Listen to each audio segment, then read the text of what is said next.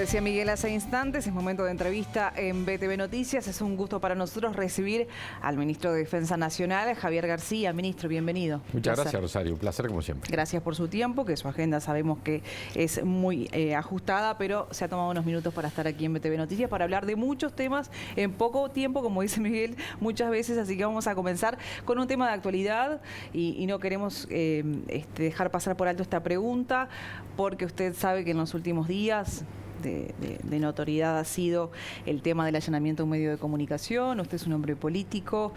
Queremos saber su opinión al respecto de esta medida de la justicia de allanar Azul FM. Yo creo que, es una decisión, ahora fue, por lo que he visto, dejada sin efecto. En definitiva, ahora es lo que importa. En el domicilio del periodista. Claro, ahora es lo que importa, pero cuando uno tomó conocimiento de esto, dijo, es una decisión muy seria desde el punto de vista de lo que implicaba, ¿no? Lo que significó, que está en la fina línea de ser un golpe duro a la libertad de prensa, a la libertad de expresión y la preservación de las fuentes de y al derecho al trabajo, justamente, ¿no? Porque vaya que usted debe tener el celular y cosas, los dispositivos electrónicos, tarea de su trabajo. Y me parece, bueno, que son de esas cosas que todos tenemos que cuidar con mucha dedicación. Democracia es igual a prensa libre. Si usted no tiene prensa libre, mire que nos enojamos con los periodistas, me gusta lo que dice, no me gusta lo que dice, pero en definitiva, que lo diga siempre.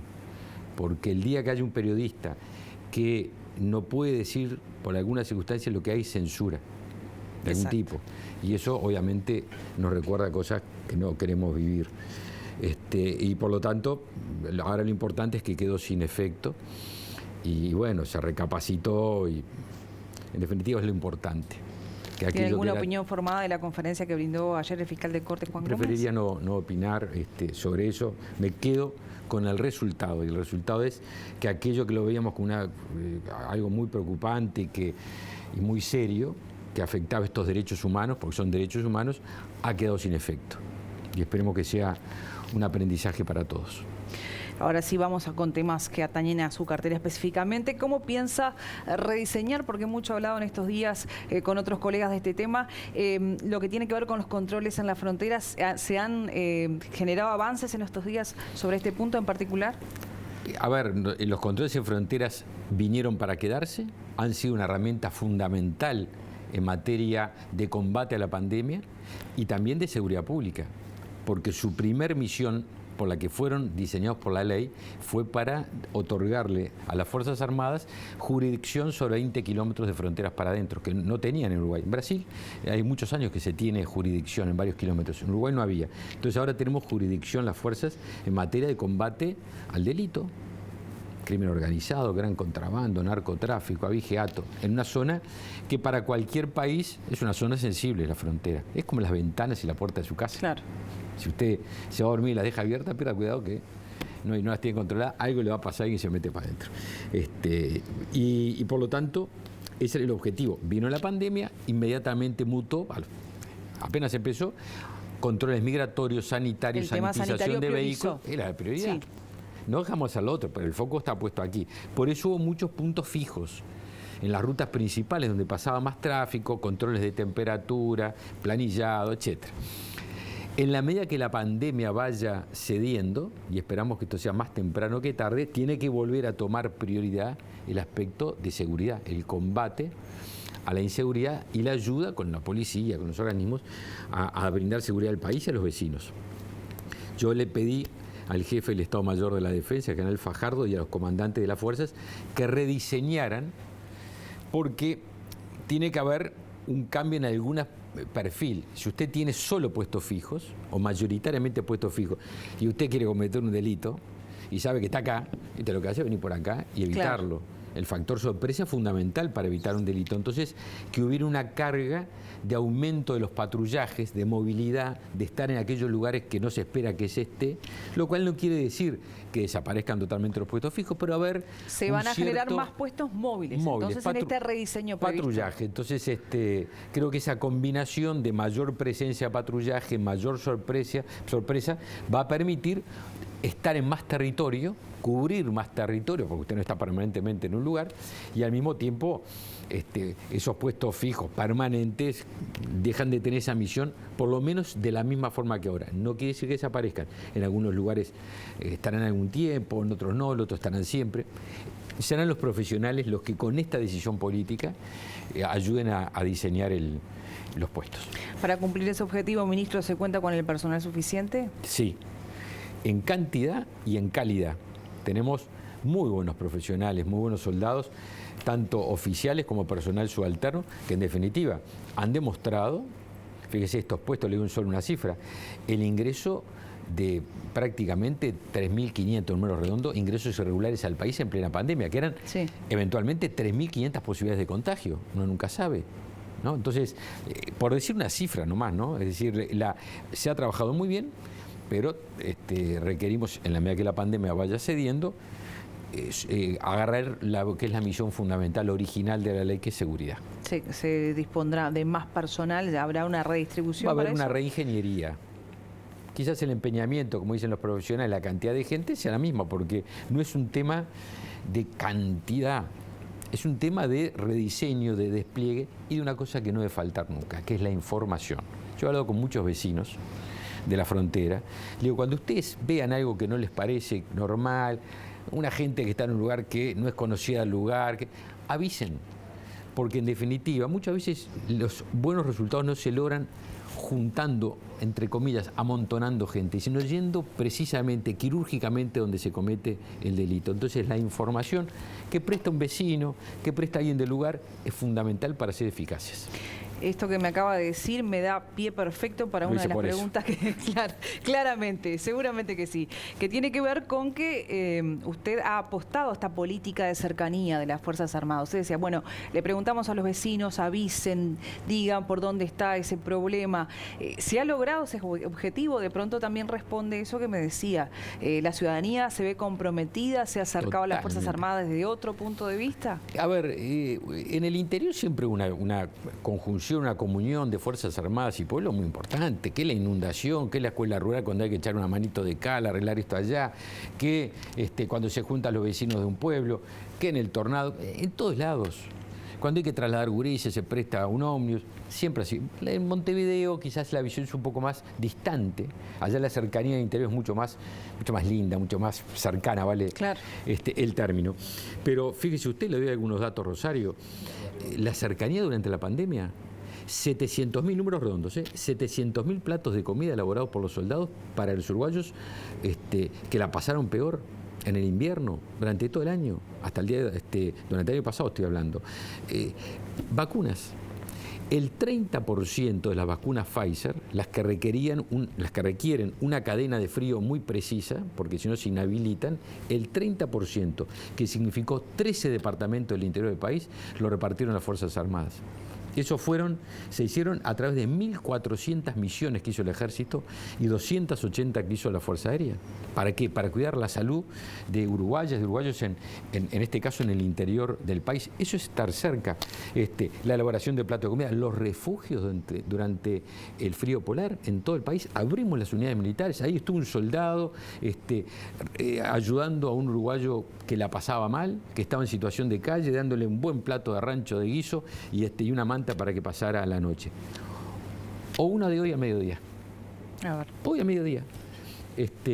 Donde, fíjese, en febrero del año pasado, carnaval del año pasado, empezamos a trabajar en una reunión con la Intendencia Maldonado y los guardavidas y con la aviación naval, allí en Laguna del Sauce, un convenio para trabajar en conjunto para el verano, para que los guardavidas le enseñaran a efectivos de la Armada reanimación cardiorrespiratoria, PCR, básico, y al mismo tiempo nuestros tripulantes de la aviación naval le enseñaran a guardavidas a ser rescatistas en nuestros helicópteros, para saber cómo movilizarse. Lugares más lejanos donde hubiera que rescatar a alguien, el guardavidas podía rescatar, pero de repente por tierra hasta llegar a un sanatorio, un hospital, tardaba mucho y entonces hicimos un protocolo de trabajo entre guardavidas de la Intendencia y aviación naval.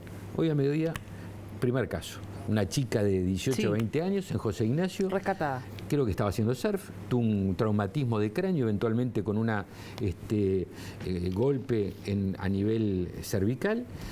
Se activó el procedimiento, los guardavidas llaman a la aviación naval y en la mitad o menos de la mitad del tiempo que se hubiera tardado, con lo que significa desde el punto de vista médico, el traslado en una ambulancia, hacer un traslado rápido y seguro, estuvo esta muchacha atendiéndose por las novedades que tengo de ahora, de última, por suerte, en su casa y recuperándose. Y eso es cercanía. Sí, claro. Eso es utilizar todo ese equipamiento, el conocimiento, nuestros recursos profesionales al servicio de quién, de lo único que importa, que es de los uruguayos. Viendo todo lo que usted me dice, obviamente es ver el vaso medio lleno. ¿Y qué es lo que distanció entonces a la ciudadanía, en particular de la capital, de las Fuerzas Armadas? ¿Tuvo que ver con los derechos humanos? ¿Tuvo que ver el pasado? No es solo geográfico, es a su vez tiene... Lo geográfico da porque Montevideo, en el interior de la unidad militar, usted sabe que está en el centro de la ciudad. Aquí las unidades están alejadas y hay una visión y una generación de opiniones y de visiones muchas veces que se genera centralmente. Y a veces hay sectores políticos que tienen prejuicios y que tienen un cierto antimilitarismo infantil, que se heredan cosas de 60, 70 años atrás. Y eso que no que se sigue trasladando, como si hubiera sido ayer, con esos prejuicios, genera ese tipo de, ¿cómo decir?, de opinión, prejuicio, le decía recién. Nuestros soldados de hoy, oficiales, personal de primer nivel, y al cual todos los gobiernos, todos, han recurrido y recurrimos en el momento que las papas queman. ¿Cuándo recurrimos al soldado? Porque el soldado tiene una misión permanente, el cuidado de la soberanía de nuestro mar, de nuestro espacio aéreo. Pero cuando las papas queman y viene el tornado, viene la inundación, el temporal, el rescate, el cuidado de las cárceles, la frontera, se golpea la puerta y se recurre sin prejuicio. Entonces, si no hay prejuicios para pedirles que tiendan una mano y cumplan su función, ¿por qué tiene que haberlo de lejanía y muchas veces de cosas que se dicen, hasta a veces que se dicen por gente que no debería decirlo, ¿no?, porque tuvo muchas responsabilidades, descalificando a un soldado? ¿Por qué? Si es un uruguayo que se mueve, y usted lo ve en las escuelas, en el barrio, en el almacén, en la feria, es un uruguayo como cualquiera de nosotros que en vez de usar o una corbata o un vestido, usa un uniforme, como un médico usa una túnica o un mameluco usa un obrero. Bien, ministro, le cambio de tema. Equipamiento y también recursos tecnológicos era algo que estaba faltando. Se logró reponer esto que se necesitaba de parte del Ministerio de Defensa. ¿Se ha podido hacer? ¿Están los recursos? Mire, nos ligamos 2 años que nadie hubiera querido tener. No obstante, a pesar de que todo el foco estuvo puesto, como decíamos recién, en la salud y en la preservación de la vida, el cuidado y el combate a la pandemia, fuimos avanzando y avanzamos en la Fuerza Aérea. Mire usted, todo esto del 30% de la vacuna que es Pfizer, antes de ser distribuidas, estuvieron los ultra freezer que están allí cerquita del aeropuerto de Carrasco al lado, que fueron traídos por 2 Hércules de la Fuerza Aérea, un Hércules. Entonces, invertimos allí, porque todo tiene un comienzo, toda inversión tiene que tener un foco en las necesidades que tienen los uruguayos. Este año nosotros teníamos 2 urgencias, tenemos 2 urgencias, porque ninguna ha terminado. Fuerza Aérea, vaya que tenemos carencias todavía también. Fuerza Aérea y Armada son fuerzas muy tecnológicas y por lo tanto muy caras. El ejército es pie a tierra, es otra realidad. ¿Qué se necesita? Bueno, necesitamos barcos, sin duda ninguna. Este año esperamos que durante el segundo semestre, si todo marcha como esperemos que marche, van a llegar al país 3 patrulleros fluviales que hemos negociado con Estados Unidos y que, vuelvo a reiterar, van a servir mucho para el patrullaje Río de la Plata, Río Uruguay, ese eje tan importante que frontera también, pero es un eje comercial, es un eje económico, es un eje recreativo y es frontera donde hay que brindar seguridad también. Y estamos en el proceso de la compra, si está el llamado, recién todo ese tema administrativo, de 2 buques oceánicos de un porte muy importante que Uruguay nunca tuvo Son costosos, pero son necesarios, porque buena parte de nuestras riquezas sale del mar. Uruguay nosotros tenemos más mar que tierra, es una característica nuestra. Con la extensión de la plataforma, Uruguay es más agua que tierra.